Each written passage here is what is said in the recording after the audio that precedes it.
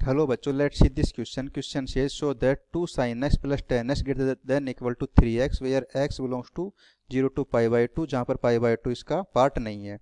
सो इसके लिए सबसे पहले हम की कंसेप्ट देख लेते हैं.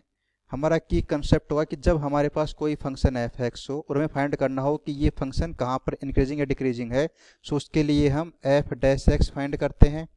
जब हमारे पास F dash X greater than 0 हो जाए तो ये हमारे पास एक इंक्रीजिंग फंक्शन होगा, और जब एफ डैश एक्स जो है ये लेस देन 0 हो जाए तब हमारे पास ये एक डिक्रीजिंग फंक्शन होगा. सो यहाँ पर जो हमें दे रखा है कि 2 sin x plus ten x greater than equal to 3x, हम क्या करते हैं यहाँ पर एक फंक्शन एफ एक्स मान लेते हैं.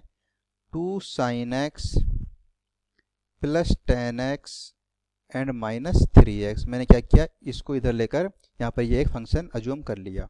अब हम देखते हैं कि जो ये फंक्शन है ये कहाँ पर इंक्रीजिंग या फिर डिक्रीजिंग है. सो यहाँ पर हमारे पास एफ डैश एक्स आ जाएगा, ये होगा 2 cos x, यहाँ पर ये होगा प्लस में sec स्क्वायर एक्स एंड ये होगा माइनस 3. अब हमें देखना है कि जो हमारे पास एफ डैश एक्स आया है ये हमारे पास इस इंटरवल में पॉजिटिव है, नेगेटिव, या फिर इसकी वैल्यू चेंज करता है.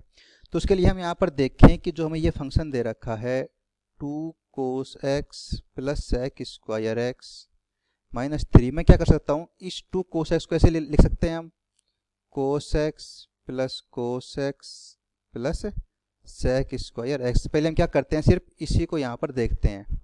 ठीक, सो यहाँ पर क्या होगा, यदि हम इन 3 पॉइंट को लें और इसमें हम जानते हैं कि जो हमारे पास अर्थमेटिक मीन होता है वो ग्रेटर देन इक्वल टू होता है जियोमेट्रिक मीन के. हम क्या करते हैं, इन जो हमारे पास 3 टर्म है इसका हम अर्थमेटिक मीन और जियोमेट्रिक मीन का जो ये रिलेशन है ये इस्टेब्लिश कर लेंगे इन तीनों के लिए.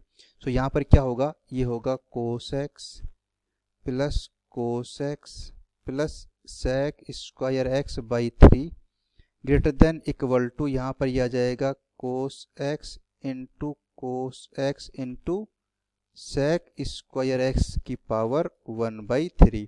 सो यहाँ पर क्या है, cos square into sec square. So हम जानते हैं cos square x is equal to 1 upon sec square x. So इसकी वैल्यू आ जाएगी 1.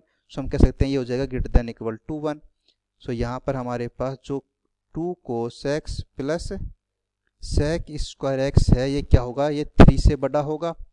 सो यहाँ से हम कह सकते हैं 2 cos x plus sec square x minus 3 is greater than equal to 3. So जो ये कंप्लीट फंक्शन है ये क्या होगा, 0 से बड़ा होगा या फिर 0 के बराबर होगा.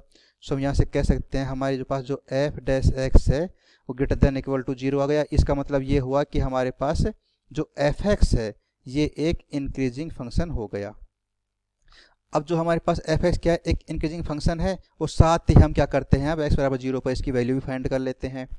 सो एफ ऑफ 0 होगा हमारे पास, ये होगा 2 sin 0 प्लस tan 0, ये होगा 2 sin 0 plus tan 0 minus 3 into 0, that is 0 plus 0 minus 0 और 0. सो हमारे पास एफ ऑफ 0 की वैल्यू आ गई 0, और हमें दे रखा है कि x की रेंज क्या है, ये 0 से बड़ा है और पाई बाई 2 से छोटा है, और साथ ही एफ एक्स क्या है, एक इंक्रीजिंग फंक्शन है. एफ एक्स एक इंक्रीजिंग फंक्शन है.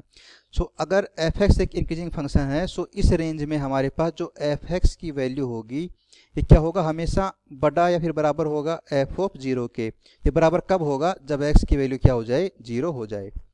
सो हम कह सकते हैं कि एफ एक्स क्या होगा, हमेशा 0 से बड़ा होगा. और एफ एक्स क्या है हमारे पास, एफ एक्स है हमारे पास 2 sin x plus ten x minus 3x. सो हम कह सकते हैं 2 sin x plus ten x minus 3x क्या होगा, ये 0 से बड़ा होगा या 0 के बराबर होगा, क्योंकि एफ ऑफ 0 का वैल्यू हमारे पास 0 है. सो यहाँ से हमारे पास रिलेशन आ जाएगा 2 sin x plus ten x greater than equal to 3x, और हमें यही प्रूफ करना था 2 sin x plus ten x greater than equal to 3x.